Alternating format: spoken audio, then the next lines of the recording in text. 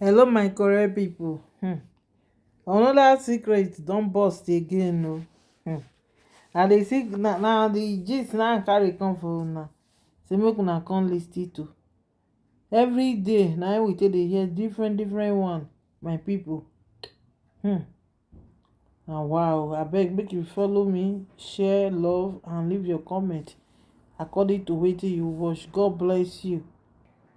Mr. Joseph Aloba, when be the father of the late Afrobeat singer when they call Mohbad, don't finally disown in daughter-in-law when they call Wumi. He disown Wumi and he accused Wumi say, "Now Wumi lovers." He said, "Na dem kpai Mohbad." He said, "Na make Wumi no gree do DNA.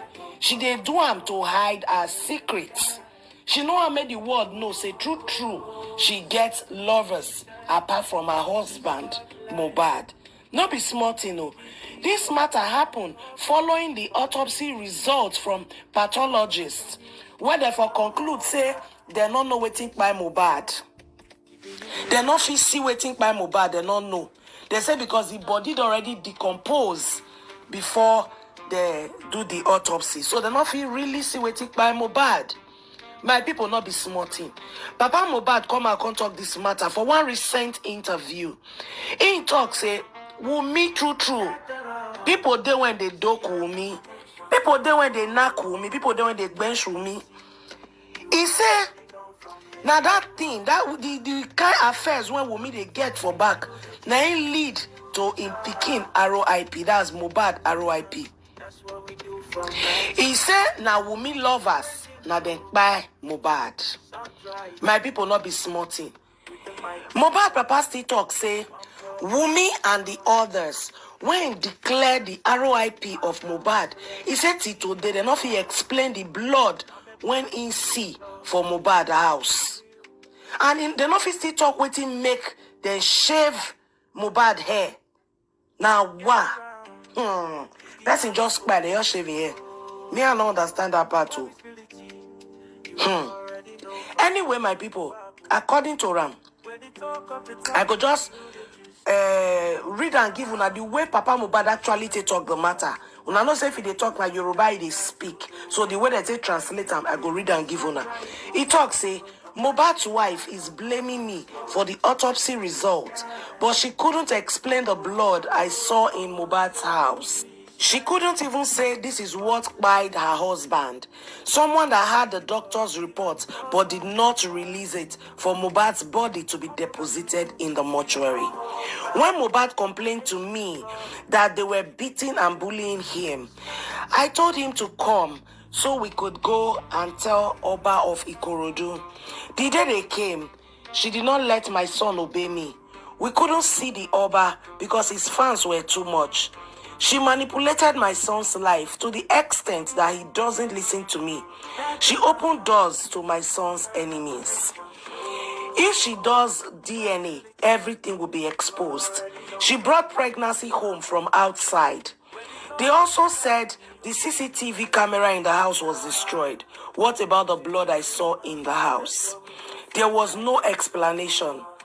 They asked her what killed her husband, but she couldn't give explanation. But now she's blaming me for autopsy results. Am I living with them? Was I there when he died? When they took him to the hospital and they directed them to the mortuary, why did they take his body back home? What was lawyer doing there? Nobody should call her Aloba again, because what her family did to my family can never be forgotten. Her affair partner was beating husband and the wife knows. She claims not to know where they took her husband's body to. But how was she able to take the piece of cloth she dropped in Mohbad's grave? She never knew he was going to be exhumed. That's why where she got exposed. She should wait for God's judgment, except if I lied on any of them. My people, this matter, it get as it be. This matter red though, not be smarting at all. Make una see allegations on top of allegations. honestly, if the woman know say she really innocent, make she prove am. That DNA true, make she go do am. According to what Papa Mohbad dey talk for here now, he say a fair partner. That's person when they knock Wumi. He say he dey beat Wumi husband, and Wumi know. My people, no be me talk am, boy. Be like say na Sam Larry they actually talk about. My people, this matter get as it be. When they go finally come to the end of this matter, when they drag up and down, they not gree see the head, they not gree see the tail. My people, now here I go leave this gist to. I want myself see the matter. Make una leave una comment down below.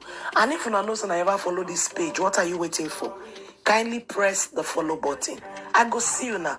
Mo me ko ti reyin, ṣùgbọ́n àwa bàbá, tẹ́ bá ti ń wò wá. Àtọlọ́hun. Àwa lè yan yín. Bàbá, àwa ni family yín. Ṣé ń gbọ́ mi bàbá? Gbogbo wa tá dúró ti ní family yín. Ẹ má ké. Bàbá is crying. Bàbá ẹ má ké. Ẹ má ké bàbá, ẹ jọ̀ọ́. Ẹ má ké. Bàbá ẹ má ké. Ẹ má jẹ́ kí n wá emotional, ẹ jọ̀ọ́ sà. Ẹ má ké. Bàbá ẹ má ké. Àwọn àlè ló pọ̀ mọ́. Bàbá hold on. Bàbá hold on. Bàbá hold on. Bàbá hold on. Bóyá bàbá máa sọ̀rọ̀ yín lọ. So, cases mi tí mo fi sọ pé tó bá ṣe DNA máa sọ tó pọ̀ mọ́ mi rè. Mo kàn fẹ́ sọ díẹ̀ nínú ẹ̀. Torí ọmọ yẹn sọ fún mi pé bí Sàmúlẹ́dì ṣe wá ń fi ìyà jẹun gbogbo bí tó bá ti lọ kọrin. Àṣé àwọn àlè tí Cynthia mọ̀ òun ló pe ogun wọlé fún ọmọ mi. Ó sì ń ní bàbá ní òjò ẹ̀kọ́ rí traces. Traces pé ó gbẹ̀mí ẹ̀ ó kí n bọ́ ní ẹ̀jẹ̀ ti wáyé ìwọ ló wà lé o ò lè sọ bí ẹ̀jẹ̀ ṣe jẹ́. O ò lè gbọ́ àgbọ̀n kankan lẹ́nu ẹ wípé nǹkan báyìí tó ṣekú pọ̀pọ̀ ẹ̀ rè. O ní kí n gbé lọ sí Kìkìtì lọ́rọ́. Irú èèyàn wo òun mo fi pè ní Sámbáláǹtì ó sì ń bẹ láyé. Ṣùgbọ́n mo sọ mo dé pàláṣẹ ẹnikẹ́ni èèyàn kéèyàn wọn ò gbọ́dọ̀ gbé orúkọ ẹ̀ mórúkọ ọlọ́ba mọ́.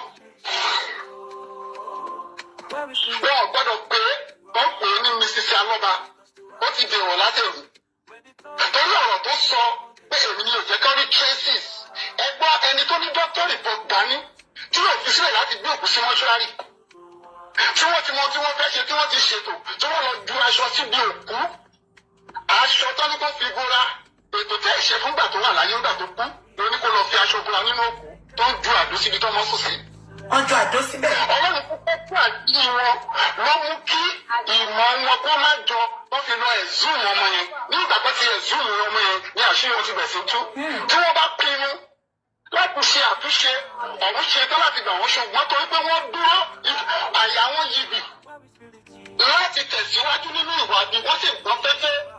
Ṣùgbọ́n Ọlọ́run tó ní agbára Ọlọ́run tí mò ń sìn Ọlọ́run Orímọládé á tú àṣírí wọn délẹ̀. Àbí Jésù. Tó bá jẹ́ bẹ́ẹ̀ ni wọ́n ṣe wúrò wọn. Tó bá jẹ́ bẹ́ẹ̀ ni ẹbí ìyá kàkà bẹ́ẹ̀ ò lè pè é sí kọ̀rọ̀ wọ́n sọ fún pé ìtọ́jú òótọ́ ọ̀rọ̀ rí. Ẹni doctor report múlẹ̀ tó lè tọ́jú òkú yìí. Ẹ wá gbé òkú lọ ní they have take my nigger. They have take my nigger.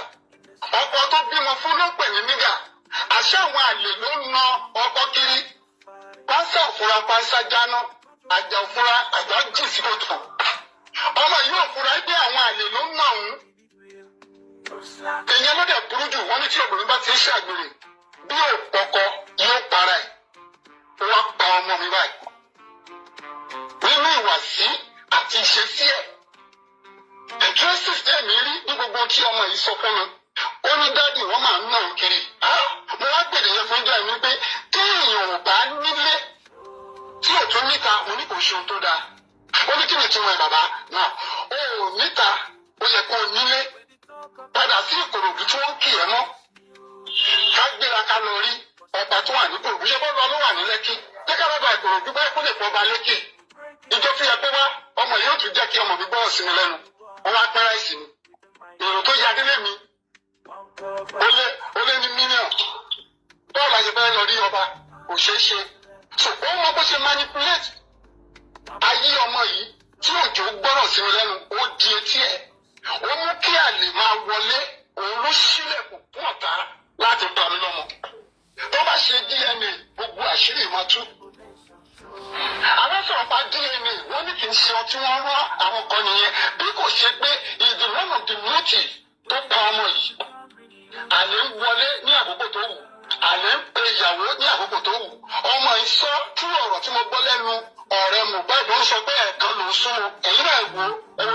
tí ọmọ mi gbé kí ọkùnrin wà nílé kó sọ pé ẹ̀ẹ̀kan lòún súnmọ́ ìyàwó òun tó fi lóyún. Ó ti lọ gbóyún àlè wálé láti pa ọmọ mi. Wọ́n ní wọ́n jẹ́ ká rí ojútùú. Ok, wọ́n ní CCTV camera wà nílé, wọ́n ti destroy ẹ̀. Táwọn èèyàn tó bẹ̀rẹ̀ ti ṣe ṣe. Èdè tá a bá ní kọ́ kò ní túmọ̀, gbogbo wọn parapọ̀. Àwọn sábàlátì tí mo sọ̀rọ̀ nípa èyí, wọ́n gbìmọ̀ pọ̀, wọn ò rí ọ̀rọ̀ sọ, kí ló pa ọkọ ẹ, ò rí ọ̀rọ̀ kankan sọ. Ó ní bàbá mi ò jẹ́ ká detect, ṣé mo ń bá wọn gbé ni, ṣé mo wà ń bẹ̀ ni? Nígbà tí wọ́n gbé lọ sí hospital tí wọ́n direct wọn sí mọ́ṣúárì, kí ló dé tó fi dáàbò padà sílé? Ó ní pé àwọn iṣẹ́ ibi tí wọ́n fẹ́ ṣe, lọ́ọ̀yà náà tún wà pẹ̀lú wọn, irú lọ́ọ̀yà wo rèé Ọlọ́run mi? Ṣé lọ́ọ̀yà ló yẹ kí n bá níbi tí ọmọ kú sí? Kí ni iṣẹ́ lọ́ọ̀yà ń bẹ̀? Wọ́n ń ṣe mítìn kọ̀kọ̀, wọ́n ń ṣe mítìn kọ̀kọ̀, wọ́n ń pè mí sí gbangba. Àdàbí àbí wọn o, àdàbí àbí, àdàbí àbí wọn, àdàbí àbí o. Èmi ò mọ̀ wọ́n sọ pé mo ṣe tàfẹ́rẹ́ jọ mi ká. Wọ́n ní mo bèrè fún placenta ọmọ, ṣé bí bàbá ọmọ lọ́lọ́mọ, ṣé bọ́ lọ́mọ lóní ìgbàjà. Àdàbí àbí wọn o, àdàbí àbí o. Èmi ò mọ̀ wọ́n sọ pé mo ṣe tàfẹ́rẹ́ jọ mi ká. Ṣé bí bàbá.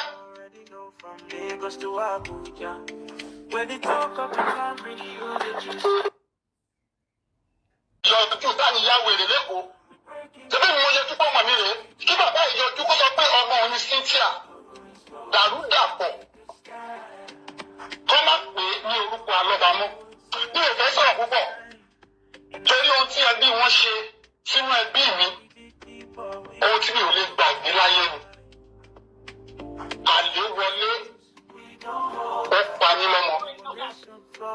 Àlè wá nu ọkọ, ìyàwó dẹ̀ mọ̀.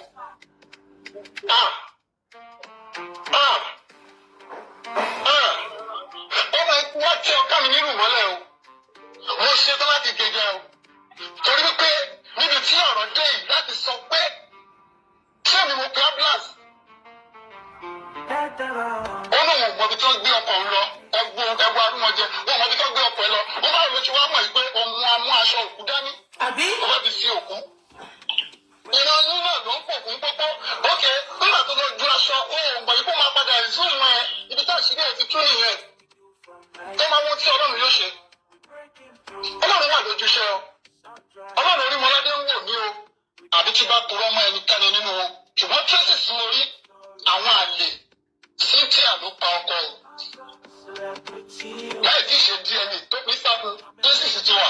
Ipé àwọn àlè ọjọ́ sí tí ò jẹ́ kọ́ ọmọ yìí sùn, tí ò jẹ́ kó rí ṣòṣe tó ń lé kiri, àwọn ló padà wá pa ọmọ. Bí èmi sọ jù yẹn lọ, ṣùgbọ́n ẹnikẹ́ni láti èmi lọ, ọ̀rọ̀ jáde àṣẹ tẹ̀lé, ẹnikẹ́ni ò gbọdọ̀ pé orúkọ alọ́ba wọn Cynthia. Wọ́n bèrè orúkọ bàbá ẹ̀. Ọ̀nàbànjọ, wọ́n pè mọ́. Ó di àṣẹ látẹ̀mí o, kò gbọdọ̀ jẹ́ orúkọ alọ́ba mọ́. Bá ṣe ń gbọ́ mi sà, bàbá. Lọ́dọ̀ yìí sà. Ó kọ statement kan sínú nǹkan tó kọ fún Sahara. TikTok ti lọ. Ó sọ statement kan sínú nǹkan tó kọ sí tó sọ fún Sahara sà. Mo bá sà ó dà torí TikTok ti lọ. Àwọn tó lè support náà wà ń bẹ̀. Ó sọ nǹkan kan fún Sahara sà. Ó sọ pé ẹ ti sọ yẹn náà, ó lẹ́yìn lè jẹ́ kọ́gójú tu ikú Mohbad. Ó wá sọ statement lọ pé ìgbà tó jẹ́ pé ìlẹ̀ ní kọ́ lọ sáré sí number 1, ipé wọ́n tún sí tán, ipé tún pàṣẹ fún wọn kọ́ gbé òkúta lé bàbá ṣẹ́wọ̀n abẹ́ ìgbà tán sí. Ẹ bá wa tàn mọ́lẹ̀ sọ̀rọ̀ yẹn. Ọmọ yẹn Èmi ò lè witness òkú ọmọ mi ò sí níbẹ̀. Mi ò sí níbi tí wọ́n gbé sí. Nínú ọ̀rọ̀, màá pe voice note kan, màá pè ẹ̀, màá send ẹ̀ sí mà. Nínú ọ̀tí ìyá Mohbad bá àbúrò mi sọ. Àbúrò mi jẹ́ ká mọ̀ pé ìbùkún àkọ́bí mi, àdúrà, dàróṣà, Gbóyèga tó jẹ́ àbúrò ìyá Mohbad wọ́n gbé òkú Mohbad wá síbi tí wọ́n ṣe sí. Kò ń ṣe tí mo lè witness gẹ́gẹ́ bí ọmọ Yorùbá gidi. So, àwọn wọ́n wà ń bẹ̀. bàbá ta ló wá wá pàṣẹ pé kó rẹ bó ṣe rẹ yẹn tó sọ pé tún gbé òkúta lé lórí bíi pé wọ́n mọ̀ pé Mohbad ò tí ì kú tó ọ̀fẹ́ jẹ́ kó dìde kó jí so ṣé Dàrúṣà la máa sọ pé ó gbé òkúta because Wùmí accuse yín pé ẹ̀yin lẹ pàṣẹ pé kó gbé òkúta lé lórí ipe kó rẹ òkú Mohbad Wùmí sọ bẹ́ẹ̀.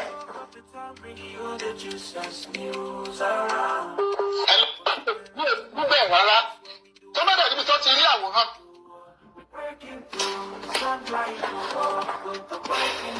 So, I not be only one put me. That's why you get that no put you. ṣùgbọ́n ní àdúgbò yẹn ni mo wà mi ò lè fojú kan kó sí yẹn títí wọ́n ti ṣe gbogbo pé mo ṣe wá rí sí mò ń rí nínú fíìmù ni. So bàbá ẹ̀yin kọ́ lẹ sọ pé kọ́ lọ ra pósí ṣẹlẹ̀ pé Dàrúṣà sọ ní police station ṣẹlẹ̀ bá wà tàn mọ́lẹ̀ sí nǹkan tó ṣẹlẹ̀ ní police station ìgbà tẹ petition Dàrúṣà. ṣe rí Dàrúṣà ẹ̀yin náà ti rí nínú ìsọ̀rọ̀ sí ẹ̀ òun sọ pé nǹkan bọ́n ṣe ń kọ́ environment nígbà tí bàbá òun kú tó ti kọ́ síta tí gbogbo ayé ti rí náà wọ́n máa yí narrative yẹn sí orí àdúrà yẹn mo fi sọ pé ẹnikẹ́ni tó bá ṣí mọ́ tó ẹ̀ǹbán tí ò tí ì dọjọ́ kejì tó bọ́ ẹ̀ǹbán ọmọ yẹn kó fojú balẹ̀ ẹjọ́ so ọ̀rọ̀ mi ò pọ̀ púpọ̀ because bí mo ṣe wà yìí inú yẹn ó ń bíbí sí gbogbo àwọn tó gbìmọ̀ pọ̀ láti lọ́wọ́ inú ikú ọmọ mi tí wọ́n lè pa kí ló lè mú environment ní ọjọ́ yẹn how many hours tí mo ti bá a fà ta ló fáwọn orí ẹ̀ ṣé mo wà ń bẹ̀ ni wọ́n ṣètò ẹ̀ wọ́n perfect ẹ̀ wọ́n mú aṣọ tó máa tó kù sórí òkú wọ́n mú wá ṣùgbọ́n Ọlọ́run tó fẹ́ tú àṣírí tó ní agbára Olúwa tó le tó ní agbára ó dẹ̀ mú kí wọ́n ẹ̀sùn òkú yẹn aṣọ àṣírí yẹn ti tú bẹ́ẹ̀ ni àṣírí gbogbo ẹbí wọn bó ṣe máa tú àbí tó bá yẹ kó o kúrọ́ mọ́ wọn. Bàbá tẹ́lá ní ìbéèrè mi. bàbá so ṣẹlẹ̀ tọ̀nà lọ́nà nǹkan tó ṣẹlẹ̀ ní police station jọ yẹn fún wa wọ́n ní Dàrúṣà sọ pé ẹ̀yin lẹ ní kọ́ lọ sí sorry not kọ́ lọ sí ẹ ti sọ reason tó fi lọ. ṣe rí Dàrúṣà ó lè dé bẹ́ẹ̀ kó máa parọ́ ṣùgbọ́n òtítọ́ máa pa lékè rọ. bẹ́ẹ̀ni. náà ní ọmọ pé ambulance òun ló pe ambulance owó tí wọ́n kó wá ọwọ́ ẹ̀ ló wà civil representative dìkínní ló wá tí mo dẹ̀ sọ pé kìkan kó sí lọ́wọ́ òun ló sanwó fún ambulance òun ló pè ẹ̀ ọ́ ó tún ṣe ìyẹn tán òun ló arrange ṣé bí gbogbo rìsíìtì ẹ̀ máa wà lọ́wọ́ ẹ̀ ṣèbí kánípẹ́ mi mo tẹ́wọ́ gbowó yẹn sí èmi ni màá sọ pé mo ṣe transfer òru yẹn mo ti kúrò ń bẹ̀ òun ló ṣètò òun ni bàbá ìsìnkú tó ṣètò òun ni mo fi lé lọ́wọ́ nígbà tí wọ́n ti gbà á ní mọ́ṣúárì ta ni mo tún mọ̀ òun ni pa ó tún jẹ́ ẹ̀gbọ́n sí nígbà tí èmi rí ọkàn mi balẹ̀ pé wẹ́ á lè ṣe ojúṣe so nígbà tó bá kó sí kékeré ṣé mo wà níbẹ̀ ni nígbà tó máa tánu orí ẹ̀ àdìsẹ́ mùsùlùmí wọ́n ní mi ò tí ì fojú mi rí o ṣùgbọ́n wọ́n ní wọ́n fá irun orí ẹ̀ mi ò mọ̀ túmọ̀ ẹ̀ kí ni mo mọ̀ tó fi ṣe ṣùgbọ́n Ọlọ́run tó fẹ́ tó àṣírí ló mú kó àìsí mọ̀mọ́ yẹn torí wọ́n gbìmọ̀ pọ̀ wọ́n fẹ́ ṣe perfection ṣùgbọ́n Ọlọ́run tó ní agbára ní ìgbà tó sọ pé tán Ọlọ́run ló sọ pé ó kù fún ọ ló sọ pé àṣírí yẹn máa tú èmi ò mọ̀ gẹ́gẹ́ bí ọmọ ẹ ṣe ṣe tí gbogbo àwọn ènìyàn tí gbogbo ẹbí wọ́n lè gbìmọ̀ pọ̀ pé kọ́ dẹ̀ bó àṣírí ohun tó pa ọmọ yìí jésù sẹ́mi ni mo sọ fún yín yẹn ọ̀rẹ́ ẹ̀ sọ wípé ó sọ pé ẹ̀kan tí mo bá ẹ sùn ó wá ní ògbóyúndé pé ọmọ yìí ò ń ṣọmọ òun àwọn kan wá sọ pé ṣé kò rí jẹ́ tiẹ̀ kò rí jẹ́ tiẹ̀ ló sọ owó èdè yẹn bàbá kí wọ́n pa ọkùnrin jù yẹn lọ. My people, shebi una don watch am now. Abeg make una try to leave una own comment according to the gist when I bring come for una. Almighty God na go bless una. Thank you so much. This life my people, I never see this kind one before. That lady dey very very bad. E dey wicked. That wetin be her name? Whether na Wunmi Mohbad wife, small girl. When e be like see am me when be how many years old that girl wetin she sabi me I no sabi dat one no be small pikin o. Me I no sabi am o my pipo. God.